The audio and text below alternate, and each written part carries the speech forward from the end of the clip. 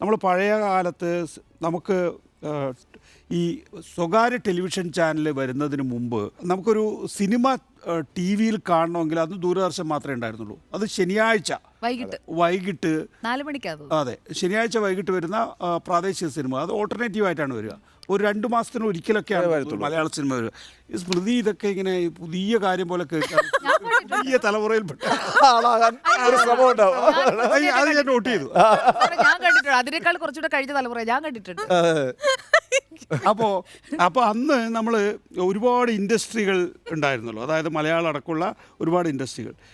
എത്ര സിനിമ ഇൻഡസ്ട്രികൾ നിലനിന്നിട്ടുണ്ട്, എത്ര ഭാഷാ സിനിമ ഇൻഡസ്ട്രികൾ നിലനിന്നിട്ടുണ്ട്. മലയാളം നിലനിന്നതിൻ്റെ ഒരു കാരണം ബാലചന്ദ്ര മേനോൻ കൂടിയാണ്. ഞാൻ പറഞ്ഞത് മമ്മൂട്ടി, മോഹൻലാൽ എന്ന് പറയുന്ന 2 പില്ലേഴ്സ്.